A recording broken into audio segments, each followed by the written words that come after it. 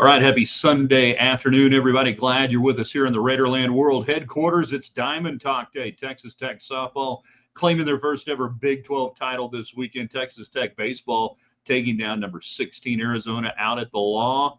Big 12 series win. Are they turning a corner? We ask you those questions today. Get your thoughts on the weekend and everything else. So we're glad you're here. We got a lot of baseball to talk about. Softball. I do not pretend to be a softball expert at all, but I know it's impressive, and they've done something no Tech team has ever done. So all those things on the table for you tonight. We want to find out what you're thinking. We'll give you our thoughts. You give us your questions and comments as we hang out here on Diamond Talk. Chat line brought to you by United Supermarkets and Market Street. Getting you ready as we go from April into May. A lot of stuff going on. Graduation, Mother's Day, all of those things. They've got everything you need, from flowers to the bakery to beef. And I hear they have vegetables.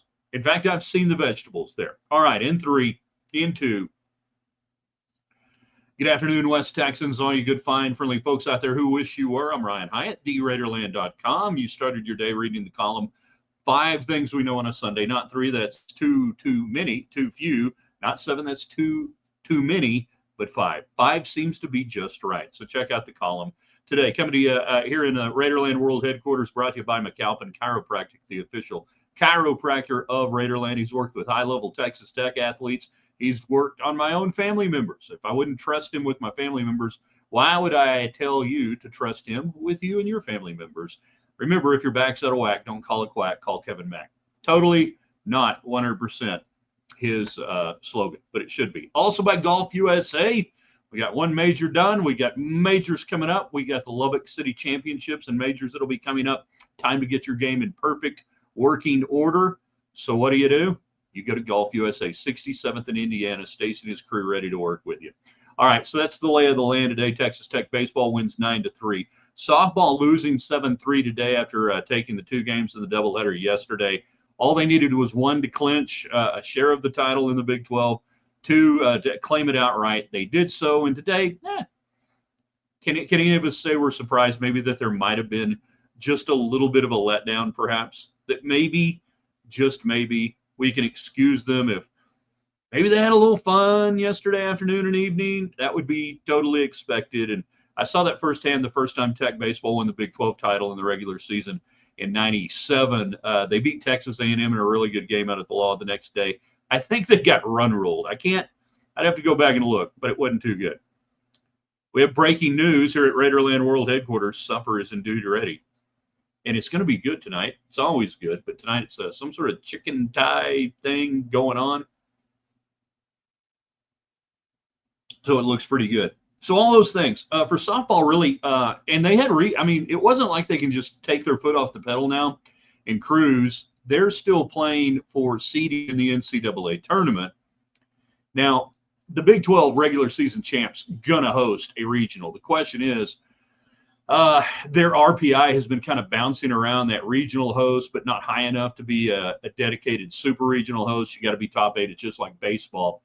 So they've still got a lot of reasons to play well, closing out the regular season and the Big 12 tournament, that I know they would like nothing better to add emphasis to the regular season title and try to put themselves in a position to be one of the top 8 national seeds. That said, you just want the best seed you can get if you're Tech softball. Definitely, I think they'll host. I can't imagine a world where the Big 12 softball champion doesn't host. That, to me, just doesn't exist. Just like the Big 12 regular season of baseball, no matter what their RPI was, if it was just within shouting distance of the top 20, top 18, they're going to get to host. Which, by the way, that right now applies to West Virginia, who is your Big 12 baseball league leader, whose RPI is not that nifty right now. So we got a lot of different things. Now, what's impressed you the most about Texas Tech baseball over the last 5 games? It's almost like a switch was flipped last weekend, last Saturday. They had to play the conclusion of the game from Friday night that finally got delayed by rain. Jack Siebert started that day, gave up a couple of walks, and you got beat. And that was it. I mean, it was over before. And then they just wore him out in the nightcap. Tim Tadlock, in that second game of the day, put in Peyton Schultz, who hadn't played much, and when he hadn't done much in a Tech uniform, and he went off, and Tech went off. And they've been going off pretty much ever since then, minus, what was it, game 2 yesterday, where they just couldn't get the bats going in a 2-1 game. What is impressing you the most? Is Texas Tech baseball turning a corner? D-Joe, way to go, Texas Tech softball. What are we seeing right now with Tech baseball? Now, I say all of this here on a Sunday after Tech takes a series against Arizona State to tell you, no, this team is not going to come back and win the Big 12. They're not going to come back and get an at-large bid. The hashtag is 4 days in May. This team has to go win 4 games at the Big 12 tournament. The best news about that this year is it's single elimination. You win 4, you're in. That is not easy, but it's a whole lot easier for this team the way it's constructed than if you were doing the old double elimination and we're going to play to this and have 2 pods and we got to get through this. This team, I mean, you just don't do that. The team that does that just flat out gets lucky. But this way, this setup this year, 4 weeks from now, starting on a Wednesday on May 21st, everything about your baseball program right now is pointing to that if you're Texas Tech. So what are you seeing right now? Get in on the United Supermarkets chat line with us today, whether you're on Twitter X at Ryan Hyatt Media, on our YouTube channel, and hopefully everybody with us has subscribed to the YouTube channel, and then on Facebook Live. Always have good crowds on Facebook Live. If you don't subscribe to our Facebook page, you ought to. Follow us there. We try to put some unique and different stuff on there. So we mentioned Schultz. He goes 6 of 12 for the series. One of the other sneaky things that has happened here over the last couple of weeks is Lopez really taking control of the leadoff spot. And I think I heard Jamie Lynn on the radio broadcast last weekend. I think he had done the math, and to that point when Lopez had been hitting in the leadoff spot, he'd been hitting 400. I don't know if that number's still that way, but it's still pretty good. So you've got a lineup that's beginning to stretch out, as we say, that you like the way it is looking. They've moved Thompson down into that 2-hole, your center fielder. He goes over today, but Logan Hughes, Bravo, a nice combination there in the 3-4 spot. They combined, by the way, 6 for 9 today with 5 RBIs. And you had the, the home run today by Logan Hughes. 3-run blast in the 5th. It really broke it up when Tech got 4 runs there. Saviteri is coming on. Now that season average at 315. And by the way, maybe one of the best names in Tech baseball history. Rivers was behind the plate today, and the aforementioned Peyton Schultz goes 3 for 4. Coleman Ryan gets you a couple of base knocks. His average, still down, not where you want it for a starter, 237, but he's making plays. So we've been talking offensively, players that we think are beginning to make a difference. On the mound, and I'm not saying this, you got to have all 3. You got to be great on the mound, you got to be great hitting, you got to bash your way, and you got to play good defense. We'll get to the defense here in just a little bit. But from the hitting standpoint, you are finding a few things right now. Chris joins us here on Diamond Talk, United Supermarkets chat line. Situational hitting has gotten way better. What was it earlier? It was like 5 for 9 at one point during the game today. And if we just go back to today's game, again, stretching it out, putting crooked numbers up 3 different times. Runners in scoring position, you were 6 of 12. Runners on, you were 8 of 18. 2 outs, you were 2 of 9. And then runners on third with less than 2 outs, which Texas Tech has really been bad on that. This year, you were 750. So to your point, the situational hitting, they've looked like a baseball team over the last 5 games. They did what they should have done Monday there at ACU and handled that game with no problem. And then they take a team that is a potential host team in the NCAA tournament, and they get the win. So what are we seeing? What are we believing? What are we buying into? Now, we have history on our side that Tim Tadlock teams get better as the year goes on, that the lineup gets settled about this time into the first week of May, even on the really good teams, the teams that went to Omaha 4 times during his tenure at Texas Tech. This is when the team really begin to come together. Now, obviously, this team has been different. Now, I'll say again, the RPI is 80, what is it? 89 going into today. You're not going to get an at-large bid, no matter what you do. And you're not going to go in the Big 12. The hill is too high to climb, even playing West Virginia coming up this week, and we'll talk about that a lot as the week goes on. So can you envision a team that can go win 4 games in May? I got a better feeling about that today than I did 2 weeks ago. I got a better feeling about that today than I did this time last week after you give up opportunities again. But this is a team that only had 1 error all weekend against Arizona.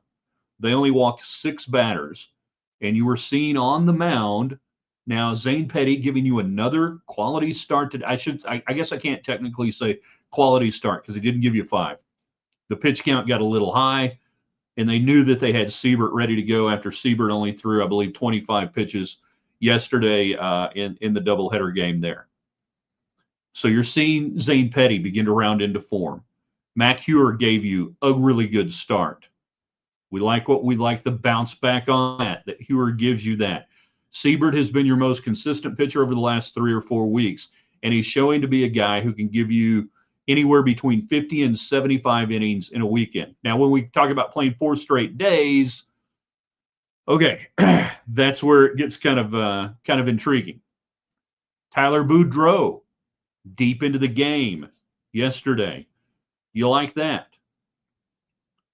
So if I told you the starting rotation going in May 21st was going to be Huer leading it off, that he can give you 5 or 6, you hope. Boudreau doing what he did, give you another 5 or 6, and then Zane Petty, that if you can get 3, day 4 is just whoever's alive. Day 4 is who can pitch. It's 3 outs by this guy, it's 6 outs by this guy. Can we get 6 or 7 outs from you? What can we do? You're going to have to bash your way through on day 4 if you can get there. Now, why are we talking about this? Because again, it's all about 4 days in May. So we're looking at everything we're seeing right now. We're going, what are we seeing that makes you believe that this Texas Tech team might be able to put some things together? At the very least, playing better baseball, right? At the very least, playing better baseball as the year goes on and showing you that, hey, this team is capable of doing a few things. We can also get your thoughts on softball as they clinched yesterday the Big 12 title.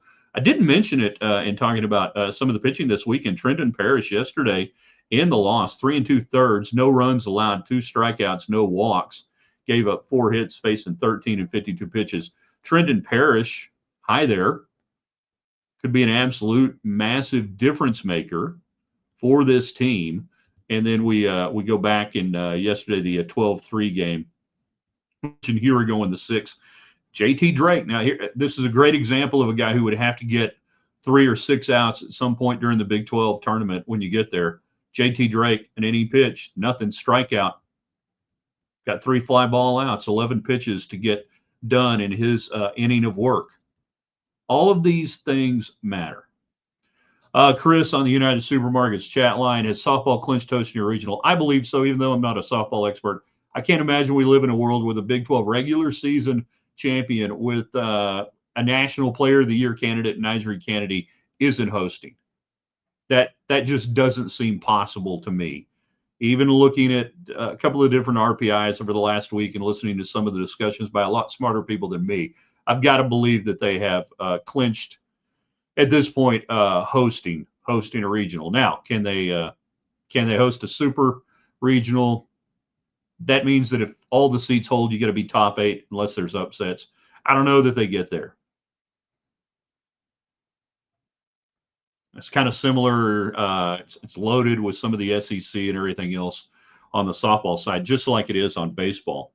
We go look at baseball right now, and your top national seed, your top 16 regional host, it's the SEC ACC Invitational. I mean, it has become a self-fulfilling prophecy right now with the RPI, certainly with the SEC and the ACC holding in there as well. And they get to play some SEC teams here and there because they're close. But going into today, check this out. So Georgia, your number one RPI team at 33-9, 9-7 quad 1, 4-2 quad 2, 15-0 and 5-0 quad 3 and 4. That's how you get a number one national seed. Texas, number 2 national seed. I haven't seen what they were doing today against A&M. Did we see the Gavin Gasparina dressed up yesterday? Cash got ejected. Vanderbilt at 3 in the RPI. Hi, Vandy. We missed you. Auburn at 4, Arkansas at 5. Arkansas trending the wrong way. They're losing another series right now. LSU 6, then Clemson at 7, and North Carolina, remember them, they are at 8, 31-9. That 18-1 non-conference record. So that tells you what they've done in conference play. Bama at 9, Florida State at 10, then Oregon State is your highest ranked non-SEC ACC at 11. Tennessee at 12 with Frank Anderson there. Coastal Carolina, nice strength of schedule is what's helping them out. What is that? Non-conference 6 strength of schedule. Then you get to the Big 12. So West Virginia is at 34-4. Well, that's really good. I think they'd be higher up. Well, they got a problem. They're 3-3 quad 1. 7-0 quad 2, 16-1 after that, 8-0 in the quad 4. At 3-3 quad 1, you need more wins. They didn't play a great non-conference schedule. It's hurting them. Arizona at 15 on the RPI, TCU at 16. So you got about 3 or 4 teams, depending on where you think a couple of other Big 12 teams might get to, but basically 3 teams right now: West Virginia, Arizona, and TCU with the chance to host. I will not be shocked if the Big 12 only has one host team. They will not have a top 8 national seed. Thus, your problem in the Big 12. And that's where we sit on a Sunday, you know. Jared joins in on the United Supermarkets chat line. Welcome to Diamond Talk. Glad you're with us tonight on a Sunday afternoon. Talking Tech baseball, talking Tech softball. Even though I don't know anything about high-level softball, I know a Big 12 title when I see it, and it's in Lubbock, Texas right now. Arizona failed to get their first batter on base in any inning today, starting innings with an out versus a runner on base and no outs. Amazing, isn't it? We talk about situational hitting, situational pitching. That how many times did Arizona, when they got something going, it didn't happen until 2 outs? In fact, what was their 2-out hitting today? Let's go to the comparisons once again this afternoon. In Arizona, 2-out hitting, they were 7 of 16. Tech was 2 of 9, 7 of 16. And when they finally found some things in an inning, it was too late, and you were able to work out it if you were Texas Tech. Now, I don't recommend giving up a bunch of 2-out hits. In fact, there are a lot of places that you get fined if you're a pitcher if you give a 2-out hit. Nobody on and 2 outs, you give up a hit. Kangaroo court's going to get you. But to Jared's point, and this goes back to the stat we mentioned earlier for those just chiming in. You had 1 error all weekend, and Tech pitching gave up only 6 walks all weekend. My gosh, there have been innings this year in a single game where pitching has given up nearly 6 walks, and certainly an error or 2. Signs of improvement. Are we seeing this team turn a little bit of a corner right now? UT Rio Grande Valley is next up on the schedule in town for a Tuesday, Wednesday deal. Weather ought to be okay. We're kind of in that little mode right now. I think it's a little bit later on in the weekend where you would have to worry about it, and they're on the road at West Virginia. So even if Thursday, Friday, Saturday turns into a couple of rain events, sort of like we had this week, where it would have been nice to get some rain at Raiderland World Headquarters. We didn't get any, so we'll take some. If we could sneak some in today or whenever, that would be nice. Yeah, but a great point by Jared on what you saw with the pitching.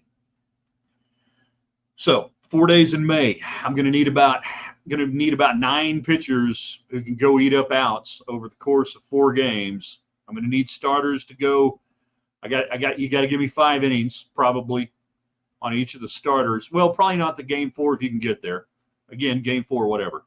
And then you just got to start pounding runs. You got to light up the scoreboard. And all of a sudden, All of a sudden, Texas Tech is beginning to do that.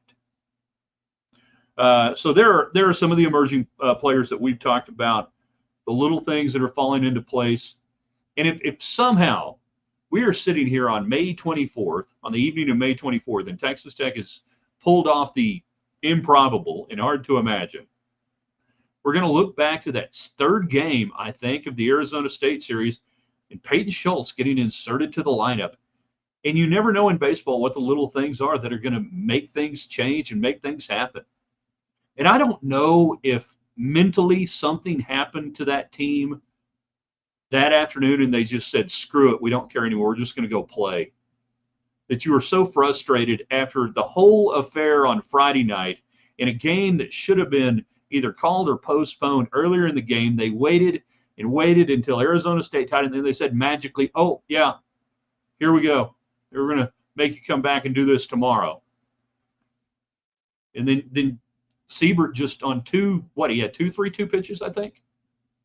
He just couldn't get the outs and they get the runs, and you're going, oh, what the hell? And maybe this team needed to reach an oh, what the hell moment. Just go play baseball. Because they have looked, if not vastly different, very different over these last 5 games, and a little bit leading up to that. But nothing like what we've seen. They look like a good baseball team right now. They have played good baseball since last Saturday. They've made plays. They've stretched out innings. They've done all the things that you really thought this baseball team was capable of doing early on, but for a lot of different reasons just didn't seem to be able to do it. And again, now you're doing it without TJ Pompey. We'll go a few more minutes here with you on a Sunday afternoon. I'm glad you're with us today. Talking Red Raider baseball, Texas Tech softball as well. They got ACU, I believe, on Tuesday. I think that's not the final home game. It's the final home non-conference game. You have to double check their schedule. So if you want to go hang out with them, they'll let you come out there. I wonder if they'll have the trophy out there and you could get your picture made with the trophy. That would be very nice if you could do it. Let's go check out some of the scores from around the Big 12 today. It's almost everything is final except for Kansas and Utah. Houston takes a game in the K-State series at Manhattan, 6-5. The Wildcats win the series on that one. Oklahoma State wins at Cincinnati 8-1. Cincinnati does win the series 2-1, and then West Virginia beats UCF 4-3 in Orlando, Florida. The Mountaineers get the sweep, so they'll be going into Texas Tech next weekend, obviously sitting atop the standings. Baylor beats TCU to salvage a game in Fort Worth there at Lupton 6-3, and we mentioned Kansas and Utah. Out at Utah, they're top of the 7th. The Jayhawks are trailing now 8-7. I don't know if the Big 12 has updated the standings as of right now, and they have. So we do have the updated standings as we sit, it looks like, thanks to the folks at the Big 12 office. So 16-3 for West Virginia, 14-6 for Kansas, TCU 14-7, Arizona State 14-7, Arizona at 13-8, K-State 12-9, Cincinnati 10-11, Tech 10-11. Cincinnati has the tiebreaker for Big 12 tournament seeding purposes. Baylor 9-12. Oklahoma State, your preseason favorite that everybody said was going to run the league this year, is 7-11. 4-2 at home, 3-9 on the road in Big 12 play. 3-11 on the road for the year. Houston at 7-13, 1-8 at home in league play, 6-5 on the road. Houston, to me, is a program that should be better. I really thought going into the Big 12 that would be a boost for that program. They just should be better. To me, there's no reason Houston should not be an upper-level Big 12 team. UCF, 6-15, same kind of deal on them. BYU, where Texas Tech will close out the regular season 6-15, and Utah is 5-15. So here's the deal. The Big 12 tournament, top 12 go. Remember, 2 schools don't play baseball, Iowa State and Colorado. So, I mean, the bottom line is you got to make the tournament. Texas Tech, obviously, with 4-game lead over BYU, 5-game lead over Utah. And you do control your own fate from that standpoint, that you've got two series with teams beneath you in the standings, and UCF and BYU. that you could keep them from having any chance of getting to you. And then obviously the league leaders coming up. Well, there's the standings today. Alan gets in on Twitter X at Ryan Hyatt Media. If you don't follow us there, be sure and follow us there. If you don't follow us on our YouTube channel, subscribe. You can watch all of the shows, including the daily broadcast. Ryan Hyatt's Raiderland. It's free, don't cost nothing. Tech baseball getting our attention again. Indeed, they are. Now, a broken record, but Tim Tadlock teams come around late. You just wondered, would this team have anything left to come around to? And what would it look like? Yet here they are. Texas Tech stats. Does Tech need to get to 500 to have an even chance at an at-large bid, or is that not a thing in college baseball? It's not a thing in college baseball, but it doesn't matter for Tech. For the standpoint of your RPI is 88 today, they would need to be around 40 to 35 with a much better record than they have to have an at-large bid. They will not get an at-large bid. There is no path to an at-large bid, and there is no path to the Big 12 title. So everything about Texas Tech baseball is 4 days in May. It's winning the Big 12 tournament. And it's just the at-large bid that sailed about 3 weeks ago, maybe even longer than that, when you buried yourself in the 90s and even in triple digits in the RPI. You had a great non-conference schedule. You just didn't beat anybody. So all the non-conference schedule didn't matter, and then some sideways games, some bad losses in non-conference. So you guys know the litany of that. So yeah, the 500 doesn't matter. No, today Texas Tech started at 88. D1Baseball.com RPI. That is the Bible of the RPI when it comes to college baseball. Anything else, don't pay attention to it. D1 Baseball, they nail it every single time, every time, when it comes to mirroring what the NCAA is going to look at. So the RPI it's just not possible. And even if Tech were at 60 right now, it wouldn't be possible. You're not going to get there as an at-large bid out of this league this year, particularly because you're probably only going to have one host team. You're going to have one host team out of 16 in the Big 12. You're not going to get more than one, I don't think, right now. Because those top three teams are going to cannibalize each other, like we were talking earlier, that when you're looking there at West Virginia as your league leader far and away, and they are starting today with the RPI of 14. I mean, they're perilous right now. And everybody in that area, everybody who's in there has the facility and the ability to host. Coastal at 13, UCLA 17, Louisville at 18. Irvine is at 19. You needed Irvine to do better than what they've done if you were Texas Tech, by the way. Like the highest ranking team, RPI, that can't host is Cal Poly. They don't have the facility.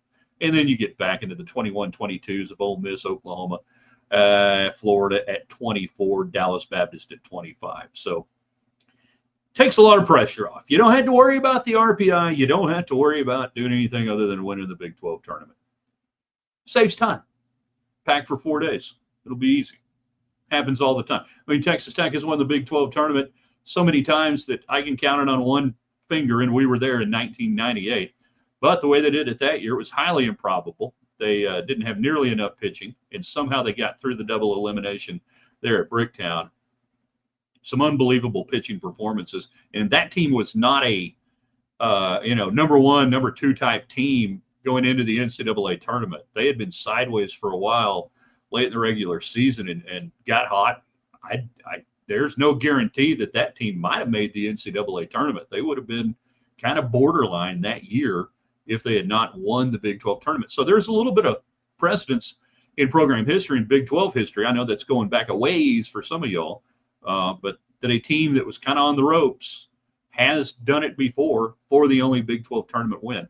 Most of the time, the Big 12 tournament hadn't mattered to Tech in the last 20 years or whatever, that you weren't good enough at different times to win it. And then when you were really good, you didn't want to stress your pitching. You didn't want to do anything. The top teams don't care about it, which is another component that will help you going in this year, that other than West Virginia maybe, and the committee is loath to reward teams with anything that they see in the conference tournaments other than if you played your way in and you won it and you stole a bid, which Texas Tech would be a bid stealer this year.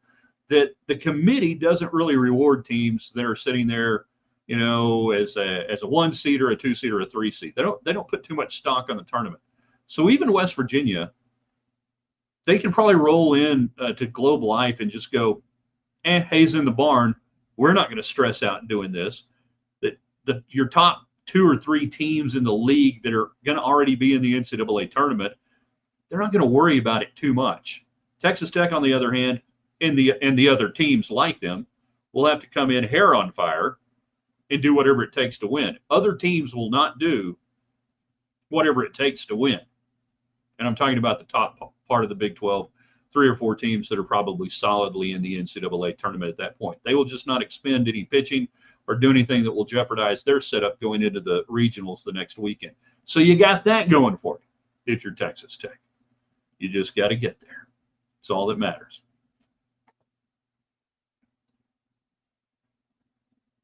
All right, we've had a lot of fun hanging out with you guys this afternoon. We're back bright and early with you in the morning. Our morning column will roll out. It's Good, Bad, and Ugly Monday, so get ready to recap the weekend, the things you loved, the things you hated, the things that were so ugly you had to turn away from it. We'll also have our Raiderland hot links ready to go, the coolest and freshest links from around the internets. We figure if we like it, you're probably going to love it too. So all that will be coming your way in the morning. 60 seconds of Raiderland commentary. We'll have that for you. And then tomorrow night, the daily broadcast rolls your way live on Twitter X at Ryan Hyatt Media, on our YouTube channel for Ryan Hyatt's Raiderland, and on Facebook Live at 6:30 as we get the week started and rolling with you. Means a lot that you choose to spend some time with us. Thanks for taking care of our great sponsors like United Supermarkets. There's one supermarket that puts their name on stuff at Tech. There's another supermarket around Lubbock that sends their money down to Austin and puts their name on scoreboards and stuff in Austin. I'm just saying. Also by McAlpin Chiropractic, the official chiropractor of Raiderland, and Golf USA. Great Red Raider running the show over there. You know his name. It's Stacy Nix. When you drop in, tell him we said, hey, thanks for being out there. Don't forget, you can share this. We'll have it posted on the website, theraiderland.com, here in just a little bit. And if you didn't check out the column today, go check out our 5 Things We Know on a Sunday column. All of it waiting for you at theraiderland.com.